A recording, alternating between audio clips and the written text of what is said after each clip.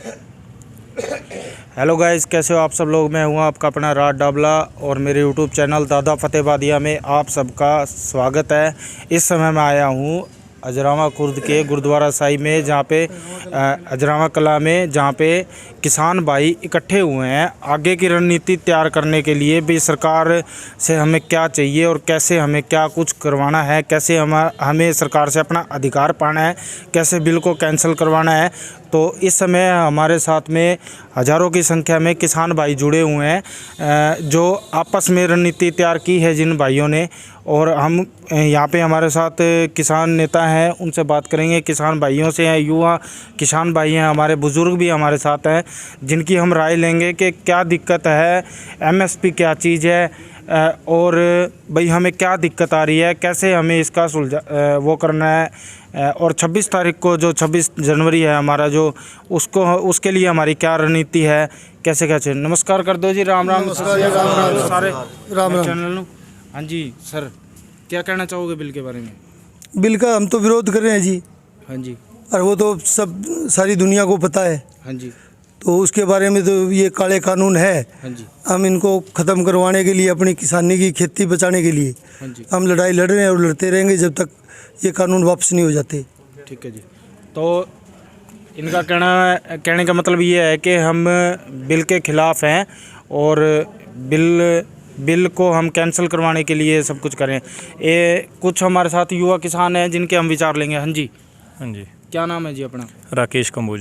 राकेश जी, अपना बिल के बारे में क्या राय है आपकी कि बिल में क्या कमियां हैं? बिल तो ये किसान ही नहीं, सिर्फ ये मजदूर वर्ग, व्यापारी वर्ग के लिए गले की फांस है। ये तो गले की फांस है। हाँ जी। ये ऐसे भी ये कह रहे हैं ना कि हमने किसान को छूट दे दी है कि वो अपनी फसल कहीं भी बेच सकता है। बिल में ये लेके आए। ये तो ज़मींदार के पास पहले भी थी सहूलियत, वो अपनी फसल कहीं भी बेच सकता था। अब इन्होंने जो फैसिलिटी दी है तो अंबानी अडानी को, पहले वो मंडी से आके सिर्फ फसल खरीद सकते थे, जो भी फसल खरीदना चाहता था। अब उन्होंने छूट दे दिया कि आप कहीं से भी लूट कर सकते हो। हाँ जी। और तो दूसरी इन्होंने स्टोरेज की बात कही भी, स्टोरेज आप जितना मर्जी कर सकते हो। एक ज़मींदार के पास अक्षमता इतनी नहीं है कि वो अपनी फसल को 6 महीने साल स्टोर कर सके। वो अपनी फसल को स्टोर नहीं कर सकता। अब स्टोर करेगा तो कौन करेगा? ये बड़े बड़े जो कारपोरेट कंपनियां वही करेंगी। उनके लिए छूट दे दी है सरकार ने। तो कहीं ना कहीं एक नियम बिल में ये भी है स्टोरेज का। हाँ जी, हाँ जी, बिल्कुल। तो ये 3 कानून यही तो हैं। उससे एक गरीब किसान को, जिसकी खेती है, जिसके पास 5 किले से कम ज़मीन है, वो स्टोरेज कर पाएगा या नहीं कर पाएगा? नहीं, स्टोरेज ज़मींदार को स्टोरेज करना बहुत मुश्किल है। इतनी हमारे पास व्यवस्था नहीं है, क्योंकि जो पहले के जो भी हालात थे वो ज़्यादा बढ़िया नहीं थे। पहले जो हालात थे, ज़मीनें हमारी बहुत उबड़ खाबड़ ज़मीनें थी, बड़ी मुश्किल से आगे। अब जो है लगता था कि हमारी जो ज़मीनें बढ़िया हो गई हैं, अब इसमें से हम कुछ ले सकते हैं। अब आगे इन्होंने 3 कानून ला कर हमारे सामने खड़े कर दिए, तो हमारी तो जो पहले जो हमारी व्यवस्था है, जो आर्थिक स्थिति है, वो पहले से ही कमज़ोर है। हाँ जी। तो हमारे पास स्टोरेज की तो बिल्कुल भी कोई कैपेसिटी नहीं है। तो गाइज, मैं आप सबको बताना चाहूँगा कि 5 किले से कम जिस किसान के पास ज़मीन होती है वो इतना बड़ा स्टोरेज नहीं बना सकता कि अपनी पूरी 5 किले की हाँ जी। स्टोरेज तो भाई साहब 50 किले वाला जमींदार भी नहीं कर सकता। अच्छा जी। क्योंकि उसकी मजबूरी है, कितने दिन रखोगे आप। और सबसे बड़ा जो सरकार का ये कदम उठाया है ना, ये इसलिए उठाया है कि लॉकडाउन के अंदर सारी इंडस्ट्री वगैरह सब फैल हो गई थी। एक किसान ही था जिसने सारे देश का पेट भरा था। जीडीपी नहीं गिरने दी, बहुत कम गिरने दी। तो अब राजघरानों की या बड़े बड़े कॉरपोरेट घराने हैं, उनकी नज़र इस ज़मीन पे है कि ये ज़मीन जो है वो कभी भी पूरे देश का पेट भर सकती है। इसको हम कब्जे में कर लेंगे तो पूरा देश कब्जे में हो जाएगा। बस वो ज़मीन हड़पने की तैयारी है इनकी। उनको पता चल गया भी इस ज़मीन से जो है वो अनाज पैदा होगा, तो वो बिज़नेस, ये इसको बिज़नेस बनाना चाहते हैं। किसान देश की तरक्की के लिए, हर आदमी का पेट भरने के लिए कमा रहे हैं, जबकि ये उसको बिज़नेस बनाना चाहते हैं इसमें से। तो स्टोरेज कौन करेगा जी? सारा माल जो होगा, कोई जवाब देना चाहेगा हमारा? हाँ जी। स्टोरेज कौन करेगा जी? कौन स्टोरेज करेगा? जो पूरा माल होगा वो खरीद के किसानों से, बड़ी कंपनियां करेंगी। बड़ी कंपनियां करेंगी। हाँ जी। अंबानी अडानी करेगा और कौन करेगा? ठीक है जी। तो गाइस, किसान भाइयों का कहना है कि स्टोरेज होगा पूरे माल का किसानों से खरीद के, अंबानी अडानी और जो बड़ी कंपनियां कोई हाँ, एक कंपनी कोई बड़ी? बिल्कुल अंबानी, अडानी, रिलायंस, जियो यही कंपनी है, यही करेंगी स्टोरेज। तो जियो तो सिम की कंपनी है ना जी? जियो जो सारा कुछ इन्हीं का ही हो जाएगा। हाँ जी सर। स्टोरेज तो जी बता दिया आपको भाई, बड़ी बड़ी कंपनियां हैं, चाहे वो कोई भी है, टाटा है, अंबानी है, अडानी है, उनके पास ये सुविधा जी। और अब नहीं है ये इनकी 1 साल पहले से तैयारी है। अगर कानून अब आया है 2 महीने 3 महीने पहले और इनके स्टोरेज बन के तैयार हो गए आज से 6 महीने पहले, तो सरकार जवाब देना भाई वो स्टोरेज पहले कैसे बन गई जब कानून ही नहीं आया। एक बार थोड़ी दिन पहले की बात है, मैगी में आपने देखा होगा वो जो शीशा है वो ज़्यादा मात्रा पाई गई थी, उसकी लेड की मात्रा, और एक दिन में आने लगा है, दूसरे दिन बाबा रामदेव की मैगी बाजार में उतर गई। तो एक दिन में कितना प्रोडक्ट कर लिया बाबा रामदेव ने। ये पहले से तैयारी होती है, बिजनेसमैन के साथ मिलके पैसे खा के इनकी पहले से तैयारी होती है भाई ये काम हम करेंगे, और उनके इशारे पे ये सब काम करते हैं वो। तो हाँ जी, कोई भाई ये बताना चाहेगा बाबा रामदेव किसान है या बिजनेसमैन है? कोई भी भाई हाँ जी बोलना चाहेगा जी?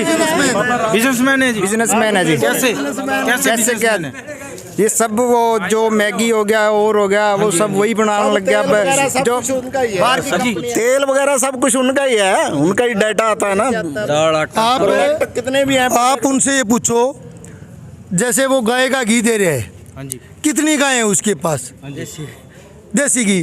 जबकि हम हकीकत में देखें जितना दूध का प्रोडक्शन है हमारा लागत से कम है, उसके बाद उसके पास घी कहाँ से आ गया जब दूध ही पूरा नहीं हो रहा?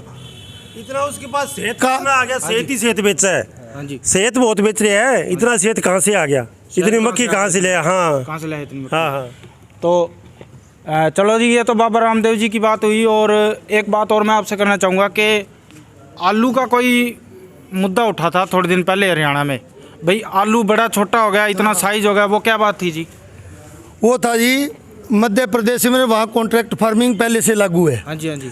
तो वहाँ कॉन्ट्रैक्ट फार्मिंग के तहत जो है उन्होंने किसानों को आलू बुआ दिया। हाँ जी जब उनको पता था कि आलू का रेट डाउन आ गया हाँ जी और उन्होंने जो कॉन्ट्रैक्ट कर रखा था वो रेट थोड़ा ऊपर था, तो उन्होंने कड़ा ले लिया छल्ला, और उसके अंदर से वो आलू निकालने शुरू कर दिए। हाँ जी भाई इस कड़े के अंदर से जो आलू निकलेगा वही खरीदेंगे। हाँ जी। अब किसान को तो पता है भाई आलू एक पेड़ के नीचे इतना छोटा आलू भी होता है और इतना बड़ा भी होता है, वो नेचुरल है जी। वो नेचुरल है, उसको हम किसी केमिकल से और उसको बदल नहीं सकते हम। हाँ जी हाँ जी तो वो ये ऐसे हालात कर रखे हैं। हाँ जी। उनको मानना चाहिए था भाई आलू नहीं खरीदना। हाँ जी। तो क्या किया सरकार ने? किसानों का पैसा डूब गया। जब ये हंगामा मचा है तब कुछ किसानों का पैसा है अभी भी डूबा पड़ा है।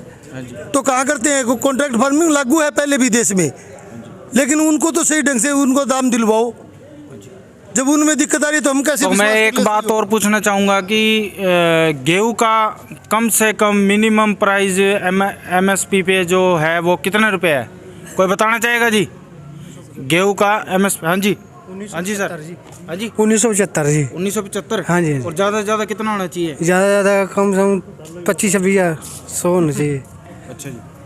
तो गाय जैसा कि सुना होगा आपने सभी किसान भाइयों को जो यहाँ पे बता रहे हैं कि MSP में और जो बिल है उसमें जो ये सारी प्रॉब्लमें हैं ये इनको रास नहीं आ रही है। हाँ जी, कुछ और कोई भाई बोलना चाहेगा जी?